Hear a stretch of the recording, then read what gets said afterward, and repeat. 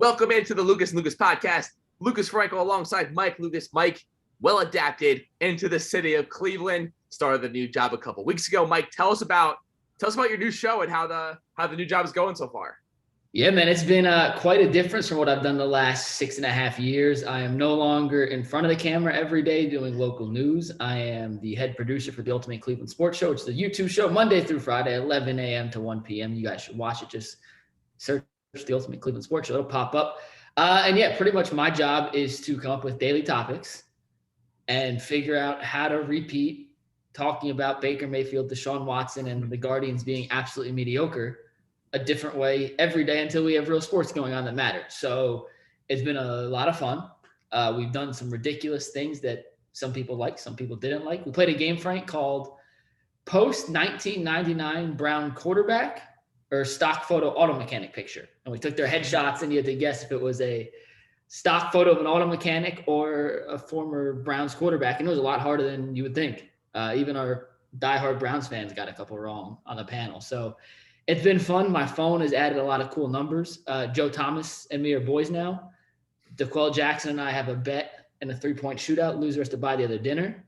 So that's cool. We have we got Ryan. Is there a date for it? Next time he's in Cleveland. So a lot of these guys are calling in remote, but there's video evidence. We're going to film it. And we got Ryan Day on the show Wednesday, so we're going to break a little news with him. In studio?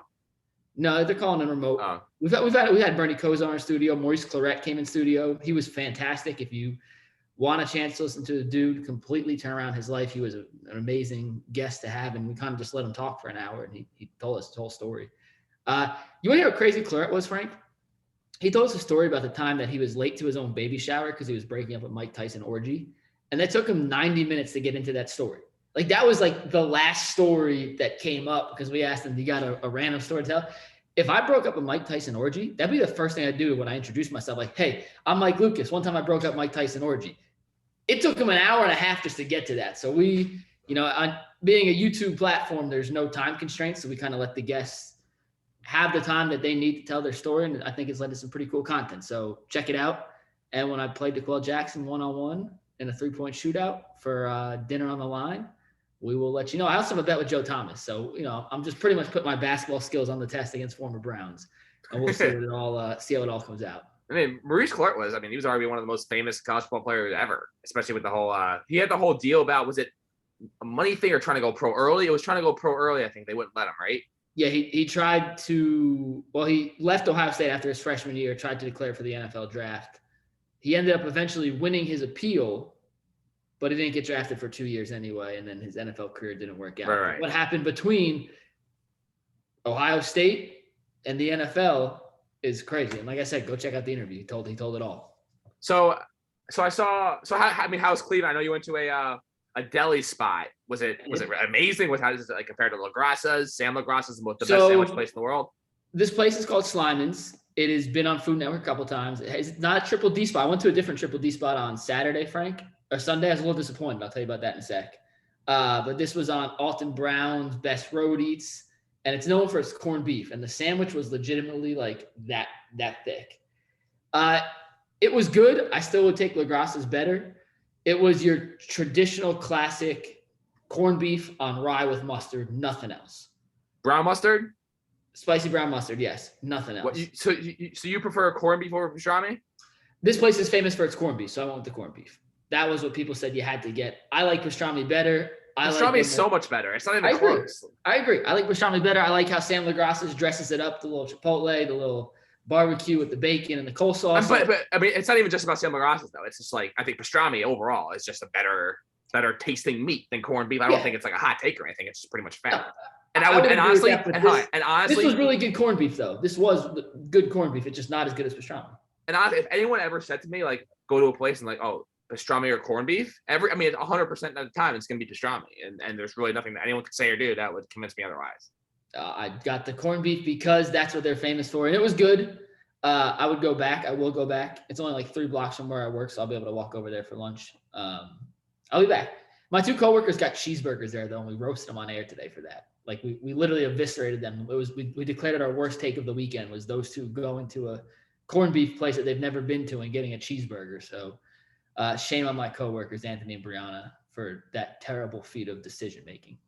All right, moving on to the real task at hand here, which is the New York Hockey Rangers, which is my first ever Nick or Ranger game in my life at Madison Square Garden. You had never been to MSG?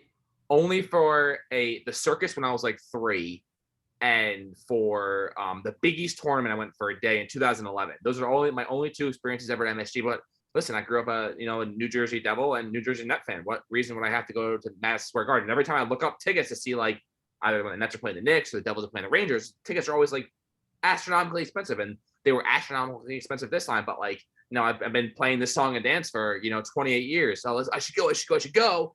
And look at so much tickets on it. It's like, oh, I don't know if I want to go, but like it just comes to a point where like you got to go eventually. I mean, I couldn't go my whole life without going to like a Nick or Ranger game at MSG, and the building's amazing. It's it's pretty awesome. It's what I like about it so much is that like even like I was sitting pretty high up, like, but usually when you sit high up in like the Prudential Center or other arenas and around the country, you're high up, you can barely see the playing surface. But at MSG, it's such a small arena that it feels like no matter where you sit, as long as you don't have an obstructed view, you have a great view of the action, and the fans are all close together. You're all right. Everyone's like, pretty close, right on top of each other, and it's an electric environment. And they had all the whiteout shirts and the rally towels. It was quite the experience. Can I give you a quick MSG story, and then I want to get back to you being the biggest troll in America? Sure. Our senior year of college, 2014, I got to cover Team USA in the FIBA International Tournament. Oh, I remember with the Mark Stein story. Yeah, I remember that. Yeah, when they were practicing at MSG, and I got to cover them play. I forget who they played, but I got to cover a game at MSG. And they have 3 different press seatings. They have like the important press people are on the floor.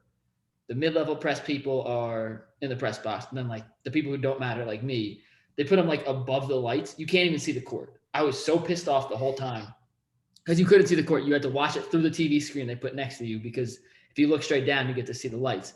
But with 8 minutes left in the fourth quarter, the PR person came down and goes, "Hey, everyone goes down to the floor now. Do you want to come?" I was like, yeah, of course I want to come. So I got to sit courtside for the last 5 minutes of Team USA smoking whoever they did in the friendly international to qualify for the FIBAs, and watch Steph Curry and Anthony Davis and DeMarcus Cousins when he was still good, and all those guys, DeMar DeRozan, up close. Kenneth Faried was on the team, which shows how random the team was. But sitting courtside for that, even if it was only a 5-minute stretch and a complete blowout, was the coolest basketball fan experience, even though I was part of the media then, I've ever been a part of.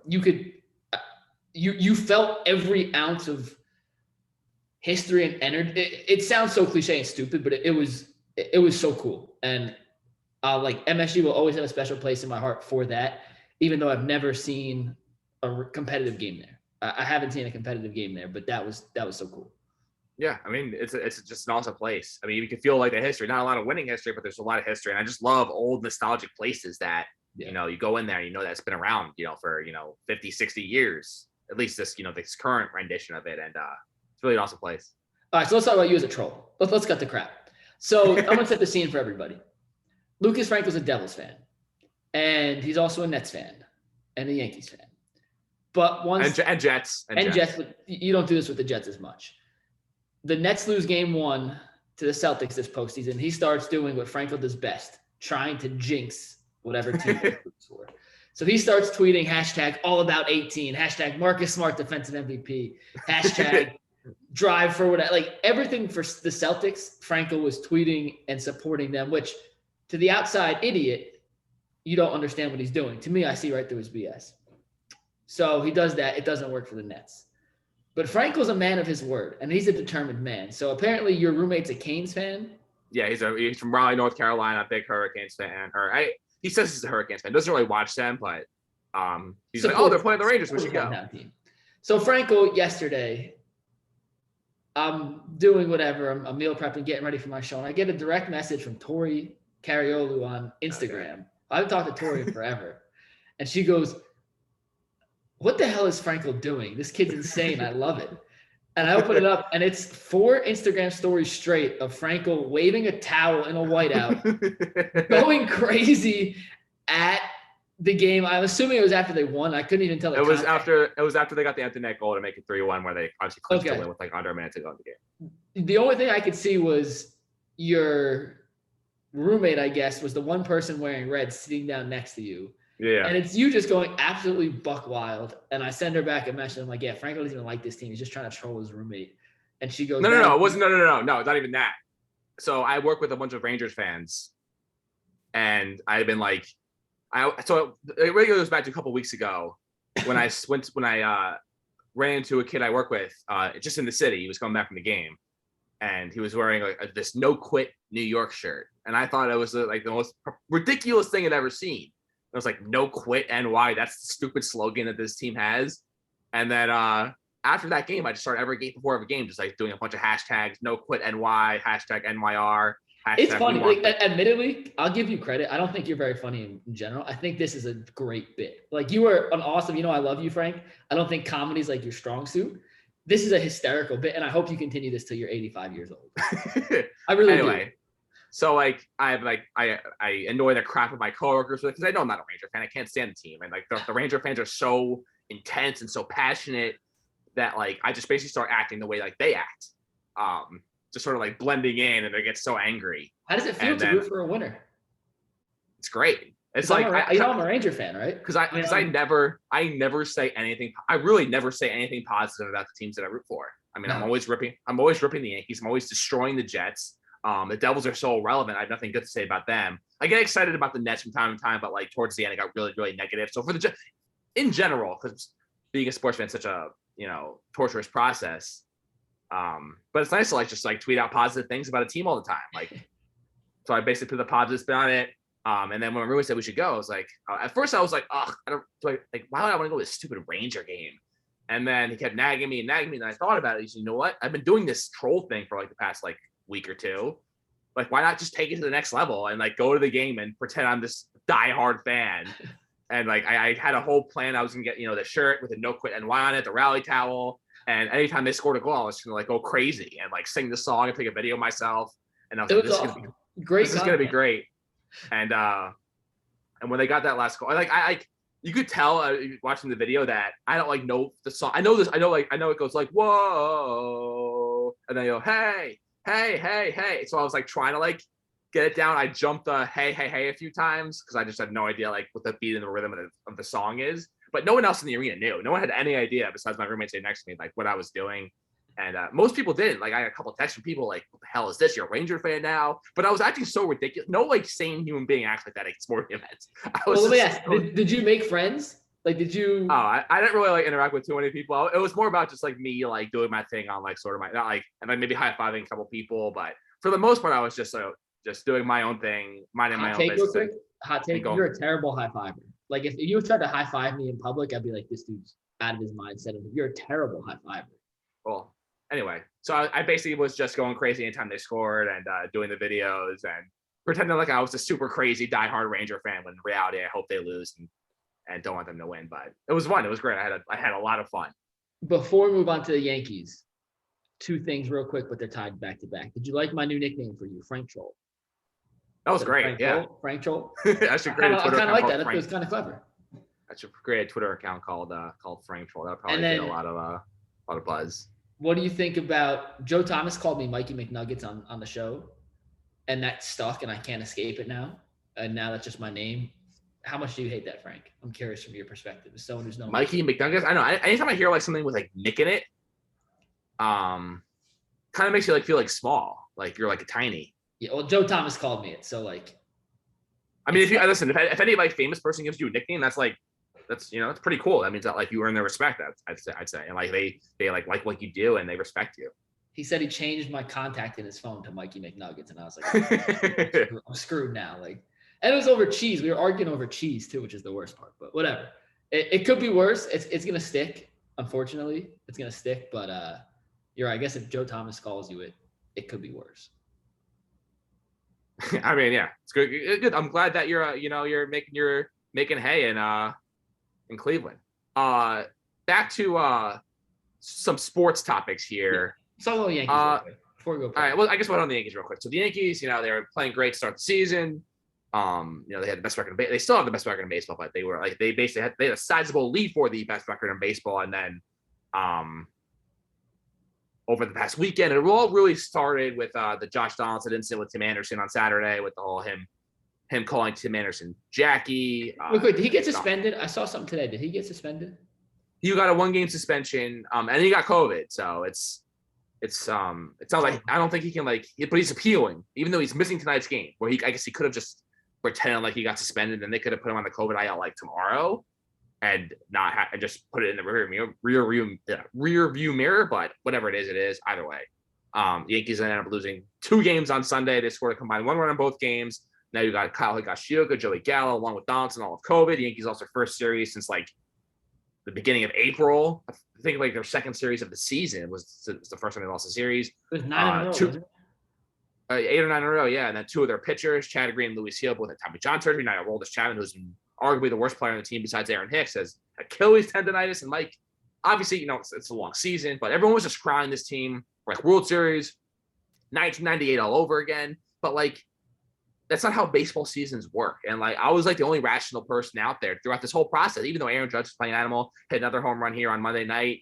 But it's not going to be like this team is maybe they were better than I thought they would be before the season started, but they weren't going to keep up this pace. That was unrealistic. And now they're going through a little bit of adversity with a couple of their pitchers hurt, a couple of guys on the COVID IL. So they just got to, we'll see how they respond here during these times of adversity. But it went from being, World Series, oh my God, here we come. Everything's going absolutely amazing. No one's getting hurt. So all of a sudden now, in the last just literally 3 days, the whole season's sort of taking a turn here. So we'll see how they respond. Did Judge hit a home run already tonight? He did. He didn't. He's unbelievable. Yeah, he's going out there to get every single penny he could possibly get. He is as motivated as he's ever been his entire life. But listen, as I keep telling people, as enjoyable as this experience has been, he's got to win in October. You got to come through in October when it matters the most. That's how you earn your pinstripes. Don Mattingly apparently was a great Yankee for 14 years, but only played in one postseason series his whole time as a Yankee. I hold no emotional attachment towards Don Mattingly. I hold emotional attachment to guys that have won: Derek Jeter, Andy Pettitte, Jorge Posada, Bernie Williams, Paul O'Neill. Those are the guys that I admire and worship. The other guys, Judge, Gary Sanchez, I thought was going to be a cornerstone player. Gleyber Torres, these guys haven't earned anything in my book. Win something, and then we could talk. That's how I operate. Obviously, other Yankee fans are just he's been playing amazing in April and May. It's amazing. Get over yourself. It's April and May. Do it when it really matters. Then we can talk. I agree. Listen, a baseball season in particular is such a long year, and there's so many ups and downs within every single team. Even the bad teams go on 4 or 5 game winning streaks. The Reds are going to win a couple in a row and then lose 12. Baseball is the hardest sport to follow start to finish because there can literally be 17 ups and downs within one team's regular season. And it's impossible to gauge how good a team really is until August because dudes get hurt. With COVID, they go through slumps. It's the only sport in the world where the best players in the world just suck for 2 weeks every once in a while. Aaron Judge is inevitably going to go through a 2-week stretch where he hits 1 home run and bats 113 for 8 or 9 games. It's the only sport in the world where the best players ever, the best guys, what they do in the world, suck and forget how to play for 2 weeks. You don't just see Steph Curry all of a sudden start scoring 13 points a game over a 10-game stretch. He'll have a bad game, and he bounces right back. Baseball is so mental, and it's so unpredictable and so difficult really to hit and locate your pitches that the best players just don't have it every night. And to think after April, the Yankees, or after even really till now, the Yankees were a juggernaut and we're just going to walk into the World Series was a stupid thought. And to anyone who sees the last 4 or 5 games say, oh, look, the first 35 games was a fraud. No, they're probably not as good as the first 40. They're probably not as bad as the last 5. It's somewhere in the middle. And that's the most mediocre, lame sports take of all time. But I just hate when people overreact, especially in baseball, where during a 162 game season, it's impossible to gauge anything until August and September. Baseball is on. It's fun to watch. None of it matters to August or September. None of it. Well, I'm definitely excited to come up to Cleveland and go see Yankees Guardians. Yeah. Progressive Field's really cool. The wall in left field, by the way, they call it the baby monster. It's not that big. I was kind of disappointed. That's the only thing I was disappointed by. It's not that tall. So I went to Progressive Field in 2019, and when you watch it on TV, I was like, oh my god, Progressive Field, very intimidating place. When you're in there, it feels like it's such a small, like friendly place. Yeah, it's a really nice stadium. It's like really cool and beautiful, and there's a lot of cool places to check out inside the venue. But and I haven't been there for a night game, so maybe it's different at night, and I will hold my final judgment until I see it at night. I've been to 2-day games, one during a Wednesday, and it was rainy, one on a Sunday, and they were playing the Blue Jays, and it was in the no-name pitcher pitching. So not the greatest impression, but it's a really nice stadium, and it's set up really cool, and it's a fun ballpark. I just don't know if it has that intimidation factor that Fenway has. Maybe a night game against the Yankees, we see. I mean, even Fenway though, even when you're in Fenway, like it feels much more intimidating, at least to me on TV, than it does when you're actually there. I don't know how to explain it. Just that's just the way it feels. I think it's just the history of the Yankees in Fenway, and there's so much heartbreak there for them. Oh, I got a little inside knowledge real quick that I hope I could share. Remember the Midge game with Jabba back in the day? Yes. You want to hear a little? This is from some people in the Indians Guardians organization. Do you know why the midges were sticking to Jabba and not sticking to anyone? Because they put the whatever the insect repellent on him, and that's what made him stick. Yeah. Okay. So that is common knowledge. I thought that was like it's like they didn't. Yeah.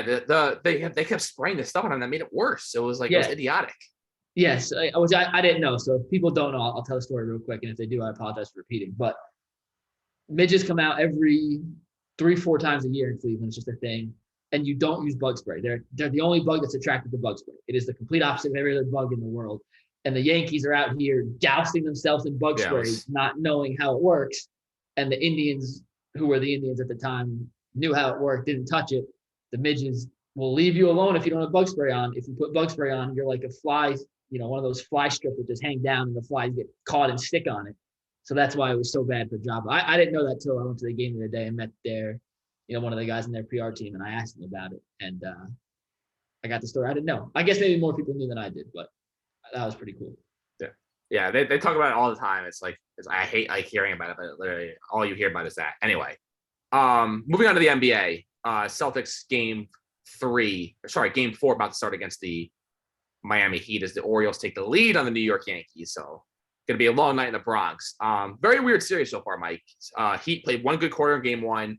Got blown out in game 2, then won game 3, even though they didn't have Jimmy Butler for the entire second half. I mean, this series, Mike, is such an all-out war. It makes me feel like that, like the Warriors are going to sweep the Mavs and just walk right to the title. Like that's the way this feels.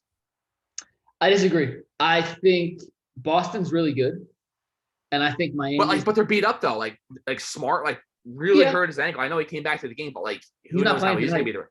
Yeah, he knows how he's going to be the rest of the playoffs. Robert Williams is a shell of himself. Yeah, I think there's 2 things to consider. A, Golden State is a terrible matchup for Dallas, an absolutely terrible matchup for Dallas, and that's making Golden State look a little better than they are. You saw Memphis gave them some legitimate issues in round 2, and I think Memphis was a great regular season team, but they have a long way to go before they're a real NBA championship contender. But they were a more similar matchup to Golden State that compares favorably to what Miami and or Boston can do more than Dallas. Dallas wants to switch with Luka Doncic and get their bigs, the opposing bigs, in pick and roll ISOs. Except Golden State might be the only team in the league that wants you to switch their bigs. Kevin Looney and Draymond Green are better at defending guys with the ball on the perimeter than Steph Curry is and Jordan Poole. The Warriors invite that. They want you to take those situations, and the Mavericks through 3 games haven't adjusted to letting Luka kind of attack in ISO ball because it stops the rest of their offensive flow, but that's playing into what the Warriors want them to do defensively. I think on the Eastern Conference side, it's going to be a drag-out fight, and Boston's won 10 of the 12 quarters, even though they're down 2-1. And that third quarter in game 1 was shot with Carter Bowers, who's a big Celtics fan. He was driving through Cleveland. He spent the night with me, and we looked up, and all of a sudden they were losing after we've been talking about how this series was over in 5 games before. It was insane. So I think, long story short, both teams in the East are better than Dallas. Both teams in the East would give Golden State a better matchup. And I think this is a game that even if Boston loses, I don't think it's improbable for them to win 3 games in a row against this Miami team. I don't think it's impossible, especially with Miami having a minimal home court advantage in games 5 and 7. I mean, I think Boston feels like this is a must win for them, but I don't think, based on what I've seen, that it's crazy to think Boston could come out of a 3-1 hole after they won 10 of the first 12 quarters in the series. Yeah, I still love Boston's chances, assuming that, like, I mean, I don't know. It's hard to say because, like, who knows what's going to happen with Smart and Robert Williams and even Tatum with his shoulder. We'll see how he responds in Game 4. I was listening to Bill Simmons about PJ Tucker. Like, I didn't realize that he was drafted in 2006, and then for like 4.5, 5 years played overseas. I had no idea. The dude's an absolute animal, and like he's like he's not obviously like a star player, but like he is such a huge part of like a championship team and brings such toughness and leadership and defense. Man, like the Nets, he would like change everything for the Nets, even though he's such a marginal player. Like he's so important. I don't think there's any player in the NBA like that does what he does. Well, he is the perfect guy for good teams, and he would be amazing in Brooklyn. Don't get me wrong, but I think the reason Miami's been able to take a 2-1 lead in the series and be the 1 seed this year, despite having guys hurt all year, it sounds dumb, but he culture's so real, Frank. And they do a better job of having guys prepared than anyone else in the NBA. Miami's 8th through 13th guy on the roster, the guys who know going into every playoff game that unless catastrophe strikes, they're never going to see the court, are more prepared and more locked into what Miami's game plan is than maybe Boston starters would be, or definitely in the first round, whoever the 8th seed, definitely Atlanta starters would be. There is something to be said about how Eric Spoelstra and that staff prepare both game plan wise and film breakdowns that they know. With Dan Bisaccio. Yeah, I didn't want to give him love, but I love Danny B, the head video coordinator. And this comes from knowing what Eli would tell him. I mean, the difference of what Eli did in Philly this year and what Eli's done the last couple of years in Miami were night and day. Now, Doc likes his video stuff a certain way. Spo likes his video stuff. So I'm not comparing the two, but Miami is super detail oriented. They want things meticulously coded and sorted, while Doc just wanted certain things done a certain way, and he would do the rest. And there is, put it this way. Max Strus was cut by the Celtics this training camp. Max Strus is now one of the most important players on the Miami Heat. Did you know who Gabe Vincent was before this year, Frank? No, I honestly, like, I watched the Heat, and like I know Adebayo, I know Oladipo, I know Hero and Robinson and Butler, obviously. But Robinson isn't even playing. Robinson's been passed up by 2. I mean, it just goes to show how good they are at developing players who are not just good players, but know exactly what they need to do on the court to maximize the value of their individual skill set in terms of making this team flourish to their maximum potential. And I've said this before, I'll say it again. One of the most underrated skills of any basketball player or football player or baseball player, really, one of the most underrated skills of being an athlete on that level is knowing your role and knowing what you can do and what you can't do. And you see guys, and Marcus Smart's an example I'll use. Early in the year, Marcus Smart, to the best of his ability, is a great defender, and he should be a point guard. And when Marcus Smart is taking 8-9 threes a game, it hurts the Celtics. They got better when he stopped shooting and became more of a facilitator. Guys who know exactly what they're supposed to do night in and night out and don't stray from that, it may be boring, but it's how you get the best team. And no team in the league does a better job of instilling exactly what they should and shouldn't do and sticking to that game plan and developing those players to fit what they need them to do than the Miami Heat. And that allows guys like Max Strus, Gabe Vincent, Omar Yurtseven to come in and play meaningful minutes in an NBA playoff game. And they're up 2-1 without Kyle Lowry. I mean, Jimmy Butler didn't play the second half of the last game. Kyle Lowry hasn't played yet, right? He played the last game. Okay, so he missed 2 games. But still, they are up 2-1 in the series where their starting point guard missed 2 games and their best player missed the second half of game 3 in a game they won. Credit all the world goes to Spoelstra and that staff for what they do. And Dan Bisaccio. And Dims, of course, because from Emerson. Of course. All right, Mike. The one last story I wanted to hit you on was the whole Jimbo Fisher, Nick Saban thing. Obviously, you would know this a lot more than I do. Here's my sort of vantage point on it, then you can sort of enlighten us and everything that's really going on here. So from my view, it seems that obviously Texas A&M got the #1 recruiting class over Nick Saban. Nick Saban's not happy. He made a comment that basically said that Jimbo Fisher priced all his players. That's why they got the #1 class.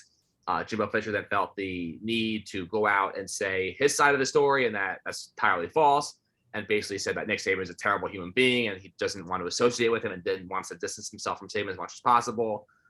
So basically my view of it is that these are a bunch of competitive freaks, and it's not really like I don't think it's really like a huge deal. It's just obviously it's fun to see like two coaches just talk really bad about each other.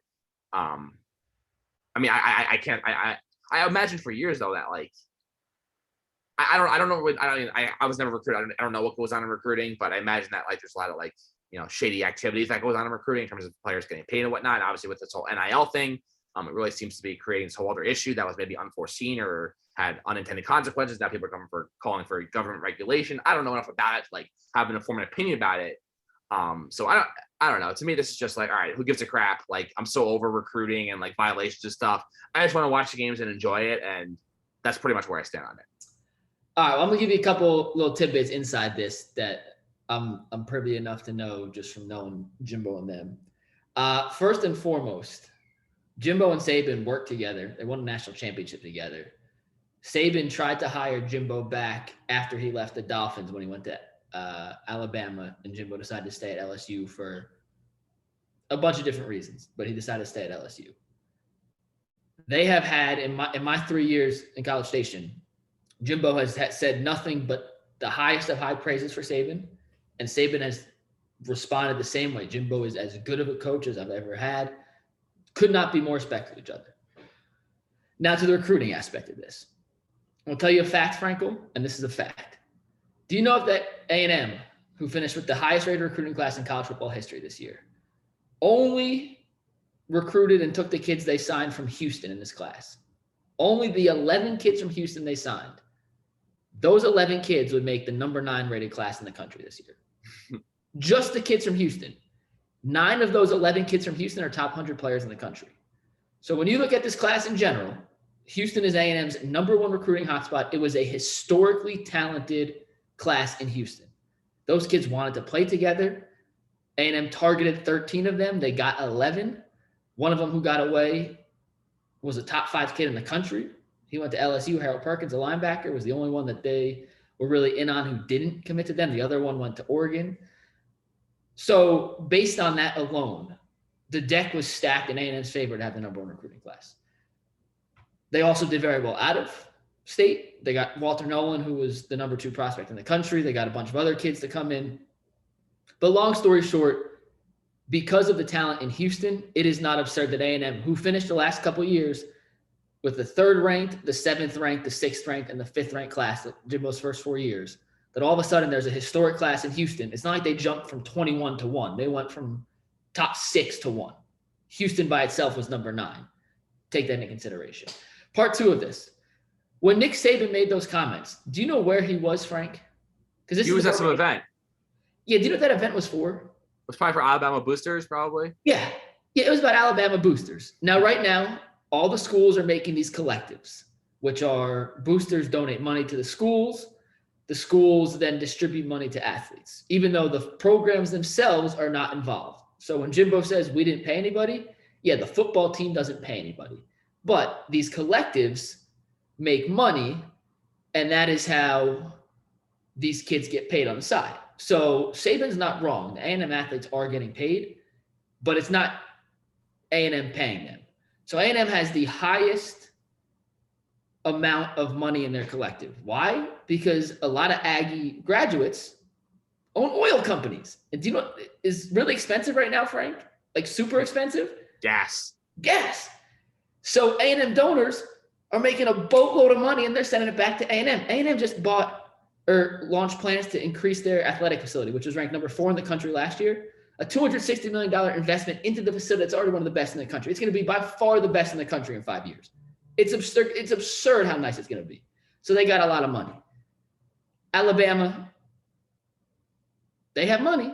They don't got that kind of cash. So Saban was at that booster event asking his boosters for more money. For the record, true fact, it was $1,000 a plate and $100,000 and $10,000 a table at that event for Saban. So these were the big time money spending boosters. So he was there saying, hey, we can't pay our kids what A&M's paying them. Why don't you donate some more money? Dig a little deeper in your pocket.